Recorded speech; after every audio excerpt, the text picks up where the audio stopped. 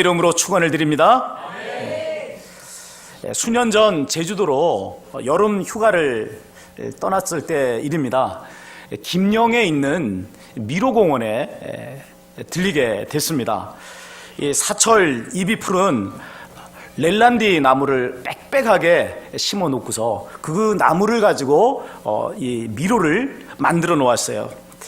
미로를 통과하면 건너편에 있는 전망대에 올라가서 거기 달려있는 종을 땡땡 이렇게 칠 수가 있습니다. 그리고 또 그 전망대에서 아래에 있는 미로를 바라보고 주위에 경관을 볼 수 있도록 그렇게 이 모든 시설들이 배치된 것을 볼 수가 있습니다. 이 미로 공원에서 제일 먼저 이 미로를 통과한 사람은 누구였을까요? 우리 가족이 갔는데 누가 제일 먼저 이 미로를 통과했겠어요? 아이들이었어요. 아이들이 별로 어렵지 않게 이 미로를 잘 통과해서는 전망대에 가서 종을 땡땡땡 치는 거예요. 그럼 제일 마지막으로 이 미로를 통과한 사람은 누구였을까요? 저입니다. 저. 한참을 얼마나 헤맸는지 몰라요. 헤매고 헤맸는데 돌아오면 또 그 자리고 또 가다 보면 길이 막혀 있고, 야, 너무나도 정말 혈압이 오르고 멘붕이 왔습니다. 다행히 망대에 있던 아이들이 방향을 알려주어서 겨우 미로를 빠져나올 수가 있었습니다. 자, 우리가 살아가는 인생이 바로 이 미로와 같다라는 생각을 합니다. 잘 나가다가 덜컥덜컥 막다른 골목에 도달하게 되잖아요. 전혀 예기치 않았던 그런 장애물들이 불쑥불쑥 우리가 살아가는 인생의 여정에 등장하는 것을 보게 되는 것입니다. 이럴 때 우리에게 일어나는 반응이 뭐죠? 혈압이 올라가고 멘붕이 찾아온다 이 말이에요. 그럴 때 어떻게 해야 될까요? 위에 계신 하나님의 인도하심을 받아야 합니다. 그리고 그렇게 계속해서 하나님의 인도하심을 받을 때 무사히 우리는 천국까지 도착하게 되는 것입니다. 본문은요, 바울 사도가 어떻게 그의 선교 여행에서 하나님의 인도하심을 받았는가 하는 것을 말씀해 주고 있습니다. 먼저 바울이 어떤 사람인가 간략하게 한번 알아보겠습니다. 그는 당시 유대교에서 최고의 학자라고 불리는 가말리엘의 이 문화생이었어요. 그리고 바리새파 유대인이었습니다. 소장파 유대인들의 선두주자가 바로 이 바울이었습니다. 이런 그에게 예수님은 이단의 교수였을 뿐이죠. 그리고 그의 제자들이 이 예수가 죽은 지 3일 만에 살아나서 지금도 일하고 계신다라고 하는 이 말을 했을 때 그건 터무니없는 거짓말로밖에 들리지 않았다는 것입니다. 자, 그런데 그가 다메섹에 있는 이 주의 제자들을 체포하기 위해서 가는 도중에 부활하신 예수님을 만나는 사건이 일어납니다. 그것은 그의 일생일대 사건 아닙니까? 그런 예수님과의 부활하신 예수님과의 이 충격적인 조우를 통해서 예수님이 부활하셨다는 사실을 분명하게 목격하는 사람이 됐어요. 그리고 이 예수가 이단의 교수가 아니라 하나님의 아들이라고 하는 놀라운 사실을 깨닫게 됩니다. 그의 인생이 송두리째 바뀌어지는 순간이었어요. 그동안 자기가 그렇게 철저하게 믿었던 유대교가 참된 하나님의 종교가 아니라는 그 실체가 밝혀진 것 아닙니까? 성경은 이런 그의 이 놀라운 그 사건과 삶의 전환을 어떤 것으로 표현하고 있느냐 하면 그의 눈에서 비닐 같은 것이 벗겨졌다라고 하는 말로 표현을 하고 있는 것을 볼 수가 있습니다. 자, 이 다메섹 도상에서 부활하신 예수님과의 이 만남을 한 바울은요, 다메섹에서 곧장 예루살렘으로 내려가지 않고 3년간 아라비아로 가서 깊은 신학적 재고의 시간을 가졌습니다. 그리고 남은 생애를 이방인 선교를 위해서 투신을 한 것을 봅니다. 또 신약 성경에 기록된 13권의 편지글들을 통해서 기독교 신학의 토대를 정립하는 그런 역할도 감당했습니다. 그러니까 복음과 기독교회가 전 세계로 확산되는 그 일에 있어서 결정적인 공을 한 사람을 뽑는다면 단연 이 바울을 꼽을 수가 있는 것입니다. 자, 그러면 그는 어떻게 이 선교 여행의 코스를 정했을까요? 그가 했던 이 선교 여행의 코스들을 살펴보게 되면요, 그 코스가 대단히 전략적인 것이었다 하는 것을 확인해 볼 수가 있습니다. 1차적으로 그는 소아시아 지역을 공략을 합니다. 그런데 이 소아시아 지역 가운데서도 대도시를 집중해서 공략을 하고, 대도시 가운데서도 어디서부터 복음 전도를 시작하느냐면 유대인의 회당에서부터 복음 전도를 시작하는 것을 볼 수가 있습니다. 이 바울은요, 그 시대에 이방인 선교에 최적화된 인물이었어요. 그는 이 유대교 율법을 너무나도 잘 알고 있고 그걸 철저하게 지키는 그런 바리새파 유대인이었죠. 날 때부터 로마 시민권을 가지고 있는 그런 사람이었습니다. 유창한 헬라어 구사력을 가지고 있었고, 또 헬라적인 지식을 두루 섭렵한 글로벌 인재였다라고 하는 것입니다. 하나님께서 바울이 가진 이런 스펙과 실력을 보시고 스카우트한 것은 아닐까요? 그렇게 훌륭한 인물이니까 야, 내가 쟤를 불러가지고 쓰면 되겠다 이렇게 해서 그를 부르신 건 아닐까요? 여러분, 그렇지는 않습니다. 그를 이방인 선교에 쓰시기 위해서 그 이전부터, 그를 부르시기 전부터 하나님은 준비시킨 것입니다. 여러분, 모세를 한번 보세요. 모세는 40년 동안 애굽의 왕궁에서 왕자로서 생활을 했죠. 그리고 그 다음에는 40년 동안은 광야로 도망을 쳐서 거기서 양치기의 삶을 살았던 것을 봅니다. 그가 원했고 선택을 해서 그런 일이 벌어졌나요? 왕궁에서 살았던 것이 모세의 선택이었어요? 광야로 쫓겨가서 도망쳐서 거기서 양치기의 삶을 산 것이 이 모세의 선택이었나요? 아니죠. 하나님께서 그를 그렇게 인도하셔서 준비시킨 거예요.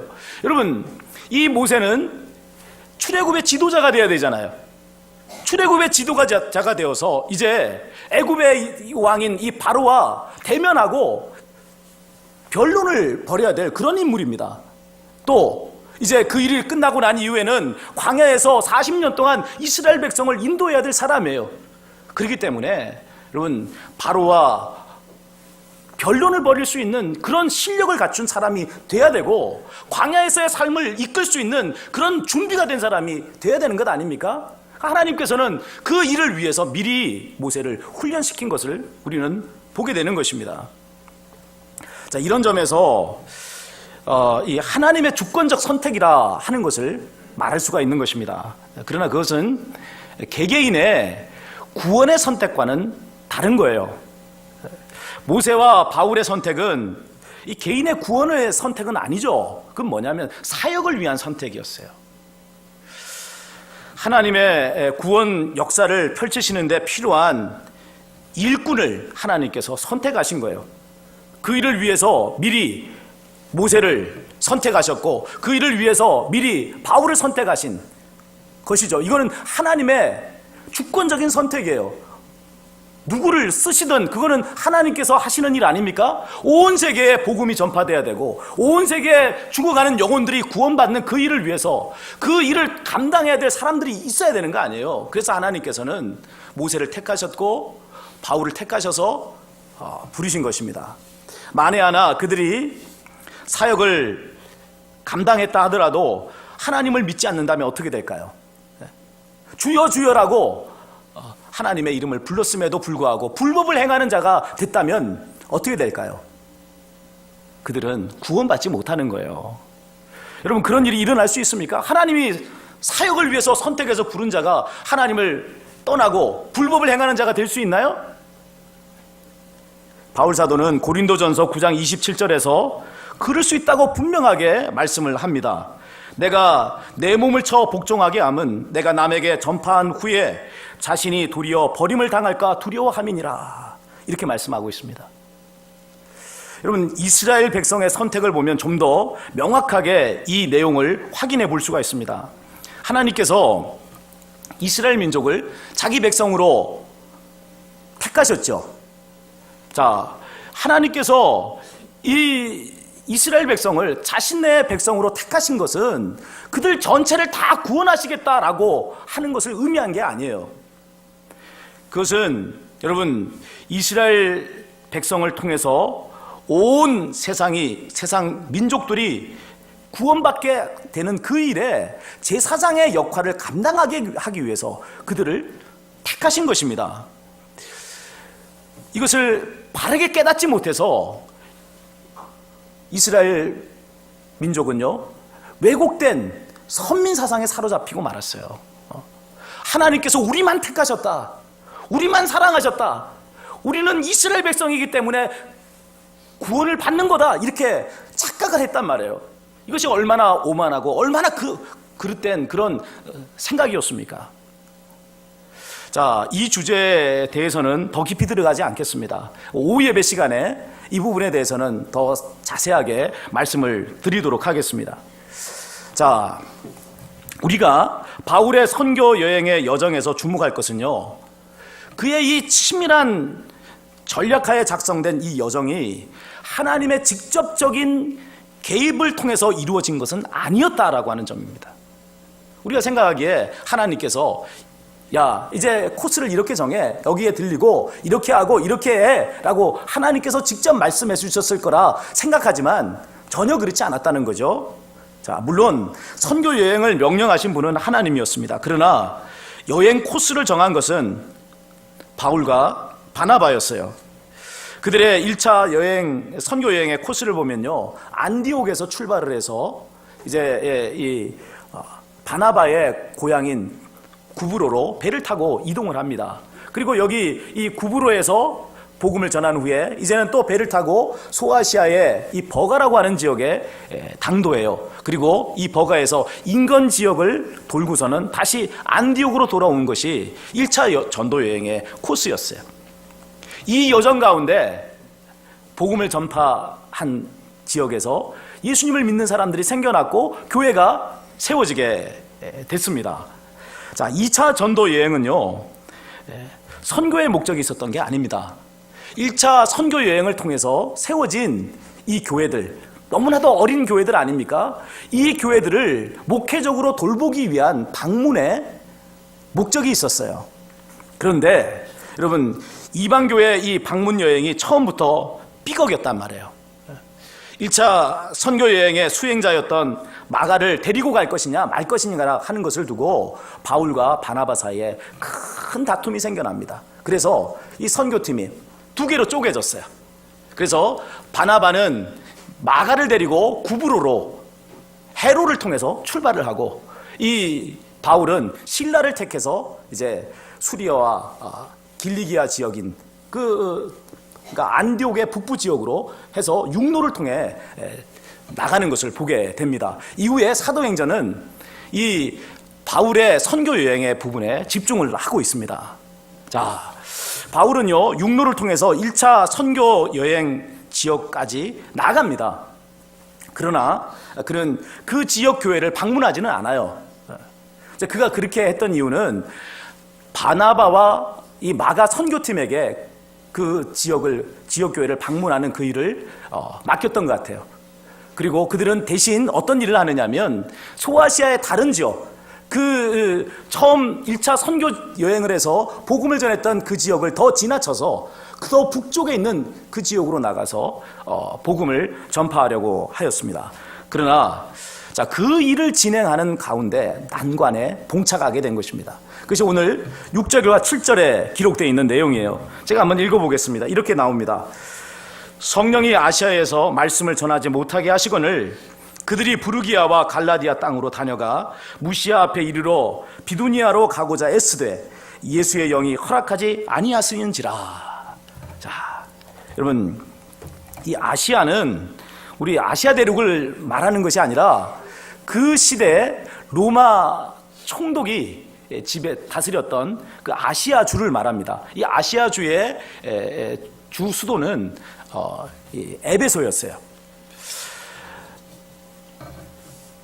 성령께서 이 아시아에서 말씀을 전하려고 하는 이 바울의 시도를 오늘 막으셨다라고 기록을 하고 있죠. 그래서 그는 이 아시아에서 말씀을 전하지 못하고 방향을 틀어서 어디로 가느냐면 동쪽 지역인 부르기아와 갈라디아로 나갑니다. 그리고 다시 무시아에서 비두니아 쪽으로 이렇게 올라가려고 했습니다. 그런데 이때도 예수의 영이 그 일을 막으셨다라고 말씀합니다. 자, 여기 보면 성령이 나오고 예수의 영이 나오고요. 나중에 이제 10절을 보면 하나님이 나와요. 이거 왜 이런 식으로 표현했죠? 성령, 예수의 영, 하나님. 자, 이거는 이 선교 여행의 주체, 복음의 선교라고 하는 이 주체는 삼위일체 하나님의 사역이다라고 하는 것을 드러내기 위한 신학적 진술이라고 생각을 하시면 됩니다. 자, 여기서요, 우리가 알아봐야 될 것 두 가지가 있습니다. 성령께서 어떻게 이 바울의 선교 여행의 여정을 막으셨느냐 하는 거예요. 어떤 방법으로 막으셨는가? 그리고 또 한 가지는 뭐냐면 왜 선교 여행에 이 복음을 전파하려고 하는 이 시도를 왜 막으신 거죠? 그 이유가 무엇이죠? 자, 성령께서 어떤 방식으로 이 복음 전파를 막으셨는가 하는 것에서부터 한번 시작을 하겠습니다. 사도행전에는요, 그 전무가 나오지 않아요. 그냥 막으셨다, 가지 못하게 허락하지 않으셨다 하는 정도로만 기록이 되어 있습니다. 그러나 바울이 쓴 서신서들을 보게 되면 얼마간의 정보를 얻을 수 있습니다. 갈라디아서 4장 13절을 보면요, 이렇게 말씀하고 있어요. 내가 처음에 육체의 약함으로 말미암아 너희에게 복음을 전한 것을 너희가 아는 바라. 자, 바울 사도가 아시아주에서 말씀을 전하지 못해서 어디로 갔다고 그랬죠? 부르기아와 갈라디아라고 갔다고 그랬죠. 근데 여기 그가 부르기아와 갈라디아로 가게 된 원인, 그 이유가 어떤 것인가 말씀하고 있어요. 육체의 약함을 인하여. 육체의 약함을 인하여. 이건 뭘 의미하느냐면 그가 병이 들었었다라는 것을 이야기해 주는 것입니다. 그가 병들어 아팠기 때문에 아시아주에서 말씀을 전하지 못하고 방향을 틀어서 이 부르기아와 갈라디아 방향으로 나갈 수밖에 없었다라고 하는 것을 이야기를 해주고 있는 것입니다. 자, 그런데 놀랍게도 바울은 이 일을 두고서 뭐라고 표현해요? 내가 몸이 아파서 복음을 아시아주에 못 전했어요, 이렇게 말한 게 아니라 성령께서 아시아에서 말씀 전하는 것을 막으셨다라고 말씀하고 있는 거예요. 표현하고 있는 거예요. 또 무시아에서 비두니아로 진출하는 그 일에 그가 애로를 겪었는데 그 일을 두고서도 바울은 뭐라고 이야기하고 있느냐면 예수의 영이 허락하지 않으셨다라고 그렇게 표현하고 있지 않습니까? 아니, 자기가 병들어서 복음을 전파하지 못한 이 일을 두고 또 비두니아 이 무시아 지역에서 복음 전하는 것이 그렇게 쉽지 않아서 그래서 거기서 비두니아로 나가는 그 길에 장애를 얻었던 그 일을 두고 어떻게 바울 사도는 성령이 그 일을 막으셨다, 예수의 영이 허락하지 않으셨다, 이런 식으로 표현했던 것일까요? 이건 지나친 과대망상 아닙니까? 우리가 여러분 이런 식으로 표현해서는 안 되잖아요. 어떤 분들이요, 이렇게 말하시는 분들이 있어요. 기도할 때 하나님께서 자기에게 그렇게 말씀하셨다는 거예요.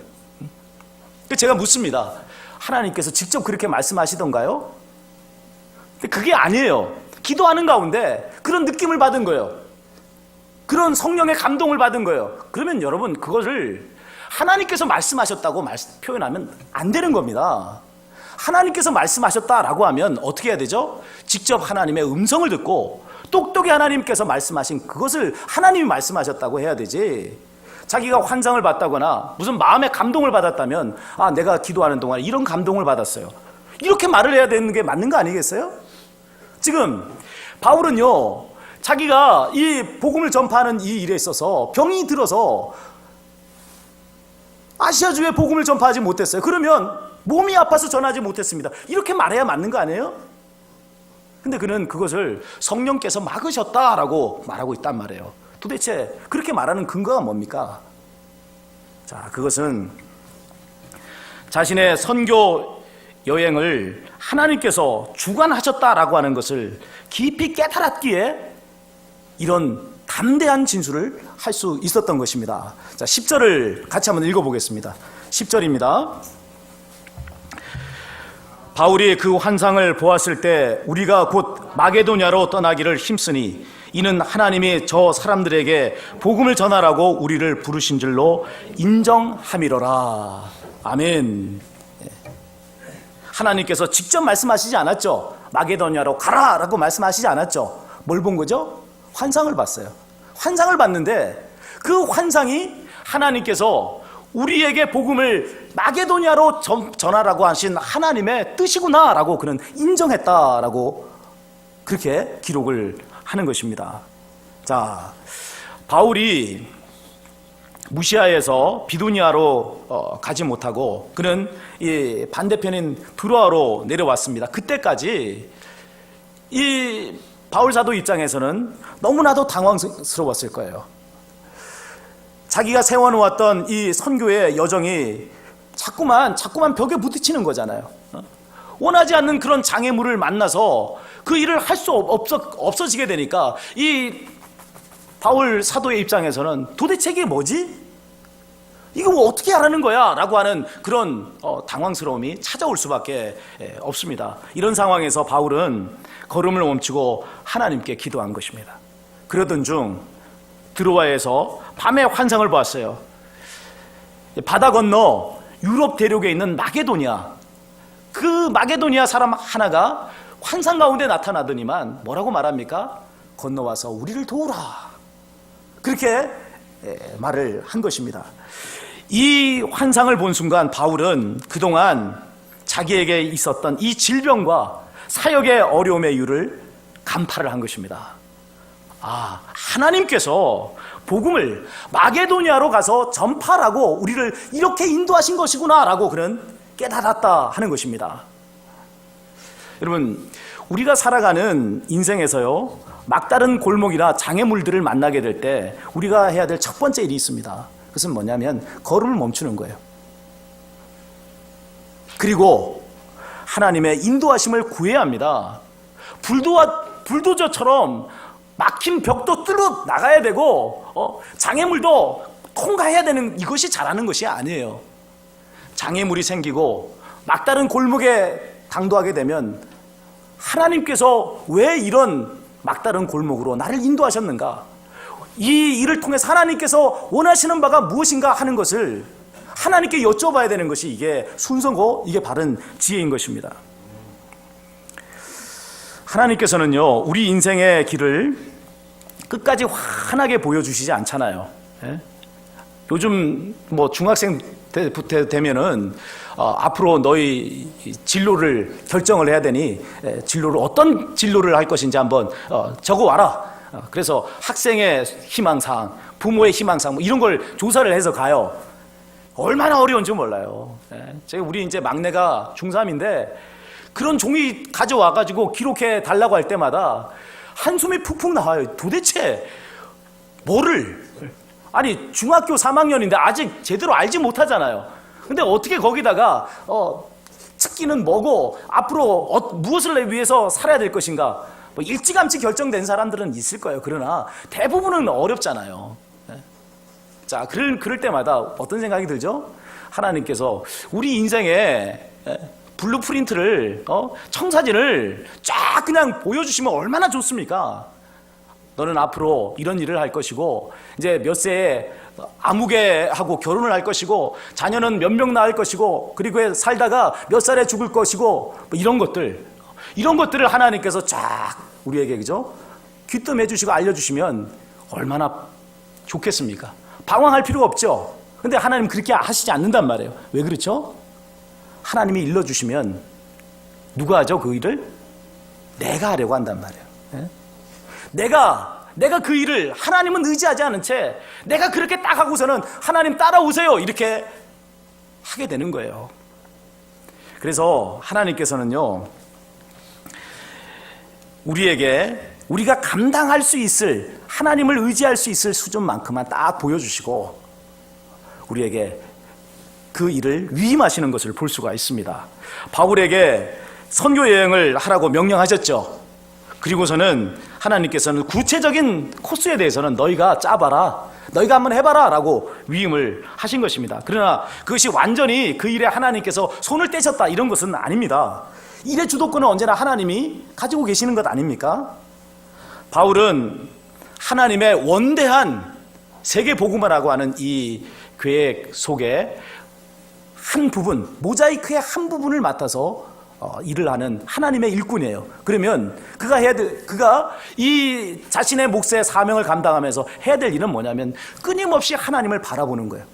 하나님의 뜻에 맞는가? 내가 하나님의 인도하심을 제대로 받고 일하고 있는가? 이것을 계속해서 체크하면서 그 일을 감당해야 되는 것 아닙니까? 그렇게 하는 여정을 통해서 그는 점점 하나님과 연합하고 동행하는 삶을 살게 되잖아요.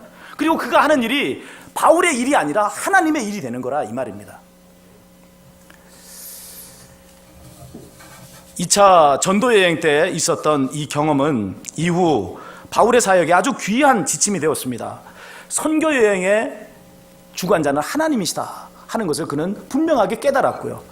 또 그 일을 감당함에 있어서 끊임없이 하나님께 민감하게 깨어 있어야 한다 하는 사실도 그는 알게 됐습니다. 하나님께서는 이 소아시아 지역으로 향하려 했던 바울 앞에 문을 닫으셨어요.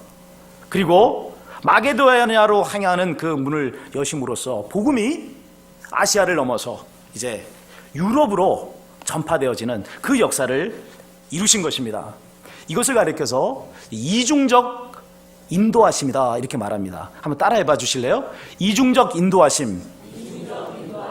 이중적 인도하심이라고 하는 것은 하나님께서 한쪽 문은 닫으시고 하나님께서 다른 문을 열어주시는 것, 이게 이중적 인도하심이에요. 우리 교회를 개척할 때 저도 이런 이중적 인도하심을 경험했습니다. 2001년 그 하반기에 전도사 과정이 제가 다 끝났어요. 그래서 이제 2002년 상반기가 되면 목사 안수를 받을 그런 상황이 됐습니다. 장인어른이 목회하시는 거제도 교회에서 부목사로 사역을 할 수가 없었기 때문에 그때 이제 단독 목회지를 찾기 시작했습니다. 제 나름대로 단독 목회지를 찾을 수 있다고 하는 충분한 그런 자신감이 있었어요. 자, 그러나 설교를 하러 갔던 이 교회들마다 난색을 표하는 겁니다. 뭐라고 이야기를 하느냐면 자기 교회에서는 오랫동안 함께 하실 목사님을 원한다는 거예요. 목사님처럼 학벌 좋고 설교 잘하시는 분은 빨리 얼마 안 있다가 더 좋은 사역지가 나오면 그리로 떠나갈 것이기 때문에 우리는 좀 설교를 좀 못해도 학벌이 좀 좋지 못해도 우리하고 오랫동안 함께 있을 그런 목사님을 원합니다. 이런 거예요. 가는 데마다 미역국을 먹었어요. 왜 그랬죠? 이거 제 입으로 말하려니 이게 쑥스럽네요. 학벌 좋고 설교 잘하니까. 여러분, 그러면 이거 돼야 되는 게 맞는 거 아니에요? 그래야 말이 되죠. 근데 여러분, 그렇지가 않더라 이 말이에요. 그래서 제 앞날이 오리무중에 빠지고 말았어요. 아니, 단독 목회지로 가야 되는데 여기 지금 이 장인어른이 목회하고 있는 이 교회에서 전도사로서는 있을 수 있지만 부목으로 있기에는 부담스럽기 때문에 나가야 되는데 갈 데가 없어요. 어떻게 하죠? 자, 그런데 그 무렵에 예상치 않은 일이 일어났습니다. 제 아내 치유 사역의 소문을 듣고요, 부산에서 환자들이 몰려들기 시작한 거예요. 그리고 때마침 마산에 있던 한 큰 교회가 교단과는 상관없이 개척을 하면 전폭적으로 지원해 줄 테니까 개척을 하라 이렇게 말을 했습니다. 그래서 2002년 2월에 우리 교회가 개척이 된 거예요. 그러니까 하나님께서 저에게 단독 목회지의 문은 닫으셨지만 어디에 문을 열어주셨죠? 교회 개척이라고 하는 문을 열어주신 것입니다. 우리 교회가 화명동에 위치하게 되는 그 일에서도 하나님께서는 똑같은 방식으로 인도하셨고요. 또 11년 후에 서울 성전을 개축하고 또 여기 이 석촌동에 교회당 입지를 정하는 그 일에도 하나님은 이런 이중적 인도하심이라고 하는 방법을 통해서 모든 것을 이끌어 주셨습니다. 여기서 우리는 중요한 삶의 교훈을 얻을 수가 있습니다. 인생의 그 어떤 막다른 골목에서도, 장애물 앞에서도 좌절할 필요가 없다는 거예요. 왜 그렇죠? 닫힌 문이 있으면 뭐가 있죠? 열린 문이 있는 거예요. 하나님께서